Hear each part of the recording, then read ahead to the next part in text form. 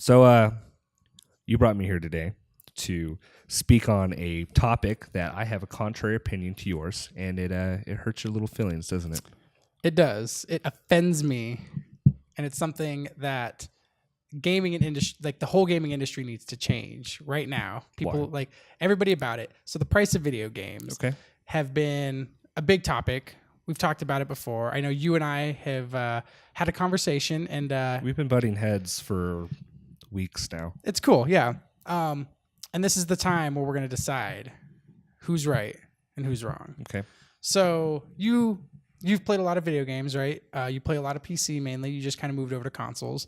I've obviously been playing on the consoles more recently and have just kind of gone PC. So we're a little bit different there. But of course, we've bought a lot of video games. Of course. When have you, AAA titles, when have you bought a game that wasn't $60? Not on sale, anything. A new game that comes out, $60. The last one was Just Cause 3. And what did you pay for it? I paid $59.95 or whatever. So you paid $60. $60, yeah. Yeah. So I'm just trying to undermine you. Yeah, no, I could tell. I'm trying to nickel and dime your ass that's right now. fair. Did you feel the game was worth $60? Absolutely not. Okay, that might be true in that game's case. What was the last game that you picked up that was worth $60 to you? That was worth $60 to me? That's a tough question because I don't have an honest one that's been worth $60 for me in a long time. I mean, Fallout 4, but I have my own opinions on that, I guess, to an extent with how much I played it. Arma 3. Okay. That's a very good example of something that I thought was worth $60. But, that has stuff in it that you can't get anywhere else. That makes sense, yeah. So that's worth $60. And that is a PC game, and so the PC community has obviously been really good about adding mods, keeping it up to date. The developer, keeping too. It fresh. It's worth $60. I mean, all the stuff that you get from it. That's fair. So me recently, I've picked up a lot of games that in my mind are worth $60. Surprisingly, though, a lot of them are probably indie games, which I've paid like $20 or $30 for and paid way under $60. But as far as gameplay is concerned, they're easily worth $60. The amount of time, the amount of enjoyment, the amount of passion I've put into them is worth $60 to me. I mean, one I'm currently playing, Axiom Verge. That game's $20. So are you telling me that if Axiom Verge was $60 the way it is, you would buy it? See, I don't know if I would have bought it as quickly as I bought Axiom Verge because $20 is obviously a much more approachable. But after playing it, if I had gotten like a demo, I would have easily been happy to spend $60 on this to support this developer to say, hey, you've put out an amazing product. I want you to keep putting them out. So you're saying before you spend $60 on something, you want to try it? That seems like a fair. Why? Yeah. Because you don't want to spend $60, which is a practically absurd amount for some of the games that come out today. Case in point, you have these games that are short. They look good, but they're short. They're like small, well-written books that you're paying $60 like Call of Duty? We're talking like we'll hit up The Order because I know that's a sore spot in the PlayStation community. It's fair. I've never played it myself, but I can tell that it is a very short, well-written book. Yeah, 100%. That cost $60. Okay. What would you rather pay for something like that? I wouldn't pay anything for The Order. Well, I would literally not pay money for that game. Free. Now, if you had, I wouldn't play it for free. Played a demo of it, I wouldn't have bought it. You wouldn't have bought it. And I didn't buy it because it came with the PlayStation 4, right? Or I don't remember. I don't remember exactly. I haven't played it. Either way, I may have just like rented it honestly from like Redbox or something like that, and just was unimpressed by it, and it just wasn't great. We even had a code that we did buy, and we gave it away for free, and we were just like, this is not good. But in general, I think games like Fallout, I think games like Elder Scrolls, there are plenty of games out there that are worth more than $60. Okay, they're already worth more than $60 because if you factor in season pass, DLCs, things like that. I mean, you have, if you want to say pay $90 is a good price point for video games. Yep. I better get every DLC for free. So that's actually where I'm going with this conversation. Then that's how much it already is if you think about it. So that's where I'm going with this conversation is basically, so back in the day, like, do you think, let's pick a 64 game, Star Fox 64. Do you think that's worth $60? Now or then? Then. I didn't have a job, so it was worth $60. Mom, get it for me, please. If that money had come out of your own pocket, was it worth $60? If I would say yes. Okay. So But today's standards, no. Those standards that day, absolutely. No, okay, and I get that, but that was like of the day. It was a good story. It was a decently long game. It had $60 worth of content. $1 billion of replayability, practically. How long has that game been out? Oh man, you're fucking over 20 years now. Okay, so 20 years ago, you would have spent $60 on that. 20 years have gone by. That means 20 years of inflation on your cost of living. That means your minimum wage has gone up. Okay, that means you're uninflating backwards. I would pay the equivalent of $60 then, which is what, like $30 now. Okay, you know how much a Nintendo 64 game was when it launched? No. $49.99. $49.99. They were $50 back then. That's not $50 in today's money. Counting in today's inflation, how much is that? That would be $76.47. Okay, I wouldn't pay $76.47 for it in today's money, but I would pay. But you would have paid $50 for it back then.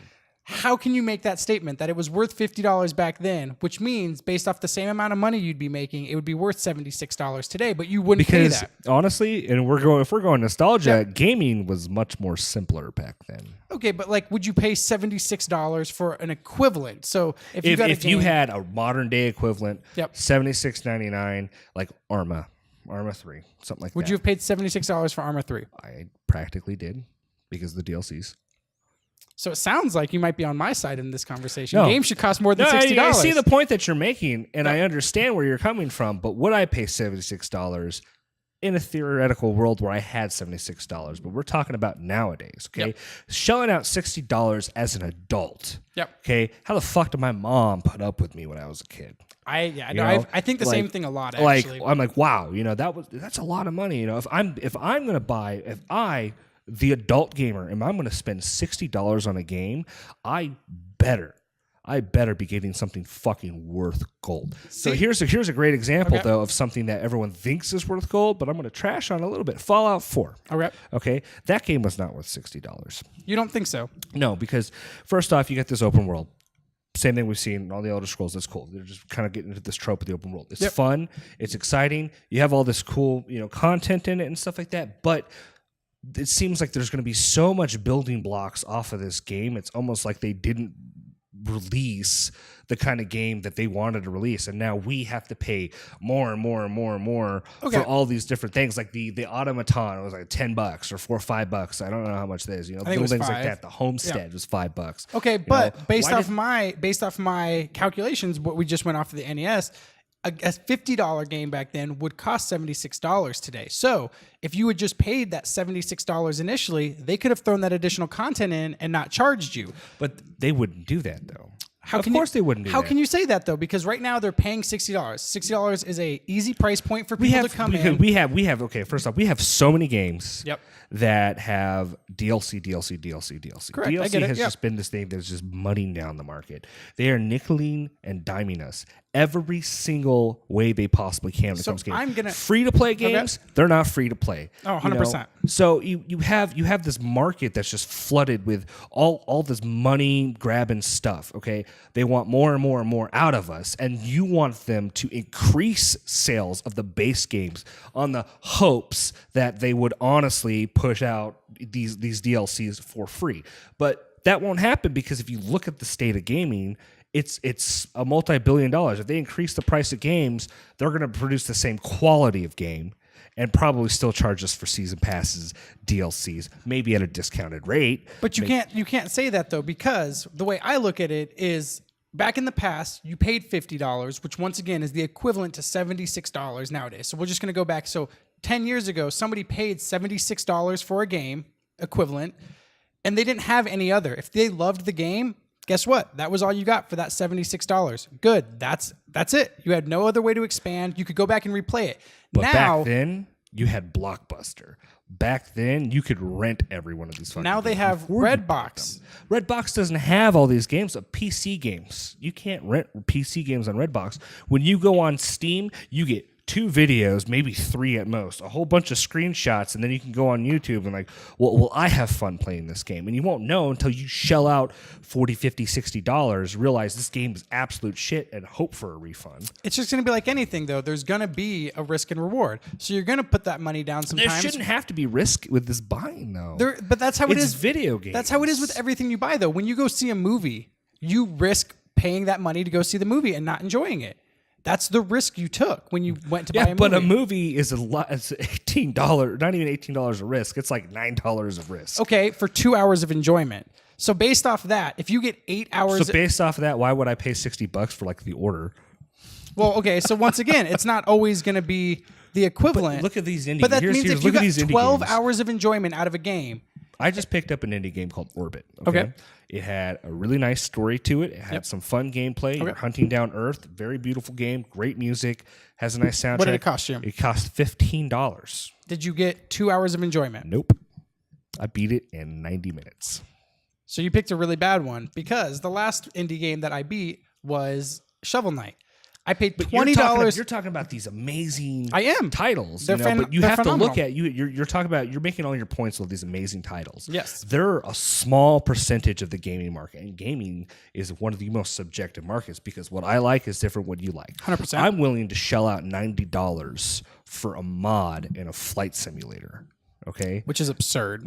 It may be absurd, but I can flip the buttons all day long if I fucking wanted to. So you would pay $90 for a mod to in a game that I already paid for, but you wouldn't pay $90. This is different than gaming, brand? though. This is different than gaming, though, because that's a hobby. Okay, it's the same thing with Train Simulator. But gaming is a hobby. $3,000. No, these are specific gaming hobbies. It's like a genre within a genre, and we're getting weird when it comes to that. Flight simulators have been around since longer than hardcore gaming is. Okay. Train simulation, it's a lot cheaper. It's almost always a lot cheaper than building a train set in your fucking garage, and it's the same thing. It's $3,000 of DLC. Okay. All right. I'm not making a point with those, but I'm saying is I'm willing. You're really not making a point No, with I'm those. not making a point with those, but because it's a hobby. So we'll put it there. But I'm willing, it's the things that I'm into. I'm willing to pay $90 for something that I'm into. You would be willing to pay larger amounts of money for DLC on a good game. Like if Borderlands 2 was $75 right on the start thing, and you got all the DLC, everything, you would have picked it up in a heartbeat. Hands fucking down. So would I have, knowing full well. But that's the thing, is we didn't know Borderlands was going to be good before it came out. But now you would. Because it's something you're into. So you get these games you're into. Now, what if it's a game that you're a little on the fence about? Yep. Okay. You're on the fence about it. It's a new military cookie cutter shooter. The Division came out. I was on the fence about it. I bought the game. Honestly, the game's enjoyable, but I've played it a few times. What if you pay the $75 for all the DLC? You get all the thing, and the game is just rolls out different colors of crap over the next year. Then that was a risk I took. Like honestly, if it was Battlefield $75, 4. if it was $75, you know what would have happened? I would be more picky with the video games I picked. I would make sure the games that I was buying were gems. So I think the games don't necessarily need to be more expensive. $60, I think, is a really good price point. It's a really good way for people to come in and try a game. But then you cannot be upset that they sell you DLC down the road. That DLC is them giving you an option to spend the full amount of money that a game should be. Should be, Yeah. though. Based off of basic inflation of everything else. If anything, some of these games should be cheaper. Like, example, I've used Battlefield 4 before. Okay. If you added up Battlefield 4, all the DLCs that come out, not including the free ones, $50. It's like the DLC. So it's the 50 DLC is 50, so it's 110. So you have multiple DLCs on top of that. So you have No, like 15 the here. season pass is 50. The season pass was $50 on top of it. $110, $120. And 110 is basic math, but yeah. But whatever. I'm talking tax included too. I'm going up. So buy it on the PSN store. There's no tax. Right. $110. Okay. $109.98. That fucking game is not worth $110. I waited a year for it to go on sale everywhere. When the base game was $15 and all the DLC added up came to a price of $50 total, and including the base game. Yep. That made it worth it for me because I get a lot of hours of enjoyment out of that game. Okay, it was cheap for the kind of quality for the Battlefield 4. I mean, you think DICE, good quality, blah blah blah. They didn't live up to their height in the last 2 games they've made, and they did the same DLC kind of shit they did with Hardline, and that game, in my opinion, is a complete flop. Why would I, when it first comes out, spend $75 on this motherfucker? Okay, but you didn't spend $60 on the game. I didn't even. I know it's not even fucking worth. So you had the option to wait and let it go cheaper, but for somebody who thinks that game is worth it, if you're talking when these games are coming out $70, $75, $80, when will the blow off from that happen? So you have the companies that want to keep them out there, not put them on sale for much longer because you can make so much more extra money off of these things. And what about digital copies? What about digital copies in that thing? You have the $75, $80 digital copy of a game, and it comes with digital DLC. You get no physical copy. You get nothing. You get a digital copy of a game that may be shit, and that's, of course, that's a risk. Oh, it's a risk. It's digital, blah, blah, blah, blah. 100%. But we've talked about multiple times that the physical copies of the games, they need to be phased out. 100%. They have to. We need to get done with that. We just move on. By doing that, if we phase those out, maybe raise the price of video games $5, lower the price of digital DLC.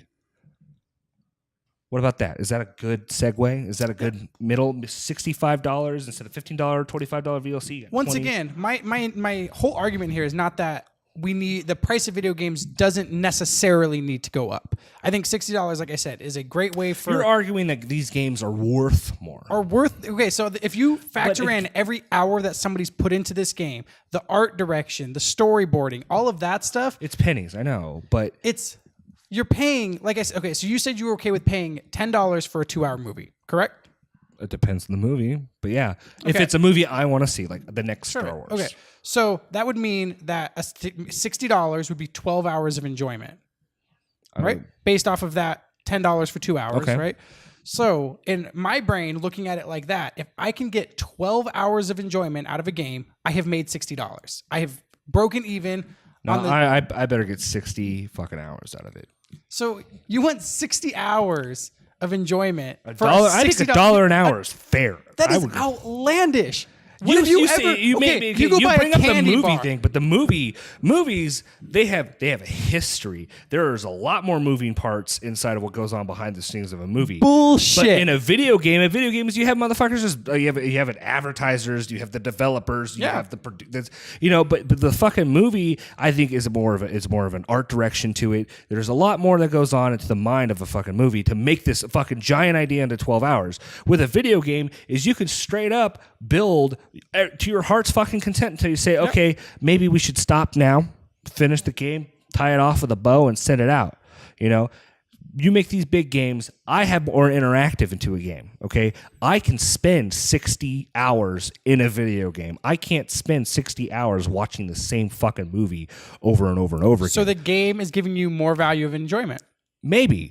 But you can spend 60 hours in a video game, and you can't spend 60 hours in a movie. My time is fucking worth money, and I don't think I don't think it's $5 an hour. Honestly, I think I'm going lower. You think $1 an hour? Okay, $1 an hour. Go buy a candy bar for $1, and I'm gonna videotape you eating it for an hour, and I want you to see how much you enjoy that goddamn candy bar. Okay, then so if I buy one for $5 and I eat it or if I buy it for $10 and eat it over the period of 2 hours. If you buy a fucking $5 candy bar, it's going to be a lot bigger than a fucking $1 Snickers. It's going to be like king size, and it's going to be much more. We're not even talking about fucking video games now. You're talking about movies. You're talking about fucking candies. I'm talking video about because as a consumer, I am fucking pissed off. I'm mad as hell, and I'm gonna say whatever that guy says in that movie. The point of the movie. My point here, though, is the amount of money you're spending towards enjoyment. You need to look at it in. But you're crossing medias when it comes to that. What's a good standard video game that we can both agree that was fucking amazing that we put a lot of time into? Zelda. The Ocarina of Time. Ocarina of Time. Okay, $50, right? $50. Did you put more than 50 hours into it? Oh, 100%. Me too. Over the time, I've played that game through like 10 times. So it's brilliant. It's wonderful. It's perfect. Would you spend $76 on Ocarina of Time? Fucking no. Does it come with a cool ass foam sword? No. Why would it? Exactly. For the full game, that's not worth $76. If it was remastered in today's graphics, if it was up to these standards, and then they charged me $76 for it, fuck no, dude, you are fucking insane. to just pull me being gaming. insane. What if they made a fucking Pokemon Yep. that was 3D, blah, blah, blah, blah, and then, $76 because that's something I'm attacking because it's into. If you What if took they did it to Pokemon, Halo, what do you mean put it 2D on Halo? If you took Pokemon and put it on the Unreal Engine, They make a 2D. So what you're Full saying is if MMO, they took I would fucking, pay $100 if they took for it. fucking Halo, the best Halo out there, whatever we call it, I'll call it Reach for now because I think Reach is amazing. Okay. They made a 2D side scroller version and charged you $76 for it. Would you pay $76 for it? No, because I don't pay $60 for a normal Halo. It is subjective. See, it's exactly subjective. but that's the point, Because and that's where I'm going with a $60 price point being okay. Anyone's willing to pay more for something they love. Correct. So, but no one's willing to pay more for risk because that point is gambling, and buying consumerism should not be gambling. So why are people so upset then when they charge $60, a comfortable price for a game, and then they say people who enjoy this game, here's extra content that you can buy. Now there are some that are absurd. I think a Call of Duty season pass for $50 with just extra maps, asinine. Battlefields with extra maps and like one extra mode, asinine. There are ones that are just stupid and don't make any sense. They're not thought out. Like if you want to give me extra content that you're going to charge me $25 for, at least let it be a big new area. Yeah. Like almost practically like I think one of the best expansions was the Shivering Isles. 100%. And that was worth the extra money. That was worth the extra money. Correct. So they made the game $60, which was a point that everybody has agreed on as a fair price for a video game. You sold it to them. And now they were like, here's additional DLC. If you enjoyed our core game, go out, spend extra money that you can choose to spend for this additional content. And then yet people are still and then 5 months later, they bundle it all together for $60. That's a choice that they've made. You had the choice to wait. You know that's going to happen. What about consoles? Okay. You just spent $500 on fucking a PlayStation 4. $400, and all of a sudden they're coming out with a new one. How does it make you feel? Like I'm going to trade in my old one and get a goddamn new one. But you're still going to have to pay money for it. 100%. You know, it's just because why do we keep revolving this stuff around with like DLC? You know, why can't we? It's my option. Like season pass. You know, season passes. You're only getting a small discount on top of them. Okay. Maybe season pass can be worth it. I'll give season pass. They're worth the money. They're not worth any extra money than what they already are. $25, $50. I think is a little fucking much. See, I'm not saying that the price. I'm not saying that we need to take the model we've already gone on, game DLC, and raise both of their prices. I'm not even saying that. I'm saying what they could do. I would be okay if they said, here's the game, and every bit of DLC that we get out is going to come out, but the game's going to cost you $80. I would be okay with that. If they're going to continue this model where they say games are going to be $60, you can choose to buy this DLC. But by that logic, though, what I'm saying is a $60 game with a $20 season pass. That's what I see. Yeah. Okay. But and just bundled together, it's $80. We already have that. Yeah. It's like the gold editions, the collector's editions, stuff like that. We already have that. People are still getting upset when a game comes out and then there's DLC and they're like, well, why didn't they just give me the full game? The DLC doesn't upset me. Yeah. What upsets me is the quality of what they want me to buy. And I can't put a number to it because anything I say is arbitrary, the whole $5 for a movie type deal. Correct. You know, it's all arbitrary because that's also subjective itself. If 100%. I paid $10 to go watch fucking Twilight, I overpaid. But if you spent $10 to go watch Star Wars, you spent good money. I was a good investment. Correct. And video games, they can be considered an investment. You win some, you lose some. 100%. But these developers are all, you know, I mean, it's their prerogative by all means to produce nothing but winners. They're, this is a winner, this is a winner, this is a winner. What I'm tired of is them shoving this game in front of my face saying, this is worth $60 because we say it is. Well, that's Star Wars Battlefront. That's where developers and publishers are on different things because the developers make the game. They don't choose a price point. They don't choose how it's advertised. They don't choose how it's sold. That's all publishers. Right. But and there's plenty of already bad blood. People already are upset with plenty of publishers. That's known. That's a big deal. So to say that the people, the amount you would give them more power to raise price. You give them more power to but saying that though, a lot of publishers out there are fucking evil. I agree. Like but EA are fucking evil. There does need to be obviously a paradigm shift total for this to happen. What I would like to see if that did happen is that additional money not go to the publishers, it go to the developers. It would not. It wouldn't do that though. And the model that we have now, it wouldn't. I agree, but that's what gaming needs to do. If I can give more money to a developer, if I can give more money to somebody that I like and support, they earn more money. That's why we buy indie games. 100%. That's why we buy indie games. Correct. You know? But if you did that, though, you would be giving way more power to these people. And you're talking about, you would have to change, it would be the paradigm shift. Correct. Doing that, though, would make video games less profitable for these companies that are less likely to even want to invest in these developers. And then we'll have nothing but indie games. The AAA titles the quality would start to roll down and down and down. And eventually we would be back in N64 days, which, mind you, wouldn't be too bad of a way, but we'd be paying $75, $80 fucking dollars for games like Ogre 64. Well, times 2, and I've already seen a decline in AAA titles. If I'm being honest, I've already seen that decline, and that's why I've made that. And switch you want to over pay, to indie you want to pay more for that decline. I want my money to go to those people. That's why I've started voting with my wallet. When a game comes out and I don't think I'm going to like it, I don't buy it. That's why when those indie games come out, I'm more willing to put money into an indie game. If it's not good, I know I still put money into somebody I did believe in, somebody who had an original idea, someone who can be creative, take my money. But none of those games are $60 and spin it back. None of those games are $60. How much does Arma actually cost? Arma, $59.99. Okay, and then how many dollars in mods have you bought for it? $0 in mods. $0 in mods? In expansions, nice. you have a helicopter expansion, which adds entire airframes into those things, which changes the way you fly. You have a marksman, which changes how bullets work and gives you extra guns, maps, game modes, everything. So it changes the way the game works as they update. Correct, yeah. No one's happy with it. You know why? Because these are things that Bohemia, the people who make Arma, they are building these expansions that make the game better when they could have just made a good game in the first place and sold it for $60.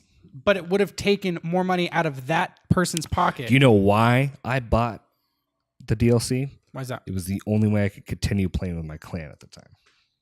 And you don't feel like you supported that person making the game? No, I supported Bohemia 100%, which I'm okay with because now they're producing a new island, Tanoa. It's going to be great, So that's where I'm going with this, and I think we're kind of on the same page but opposite.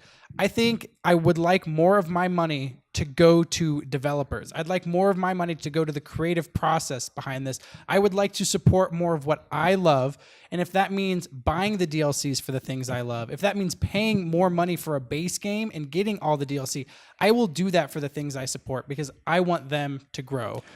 And by, I guess, being on the same page and different is I would want my money to be spent on something of higher quality, something that I can show that these companies have integrity to produce. And I guess we're on the same page because if more of that money went to the developer would be more of a prerogative to do quality better. Game. Absolutely. Correct. So you guys, really interested to see what you guys have to say. Do you think games should stay where they are or get cheaper? Do you think they should get more expensive and come with the full content? Or do you like the way they are now where we get $60 and a season pass? And choice DLC. Yep. Vote below, leave a comment, and let us know who wins.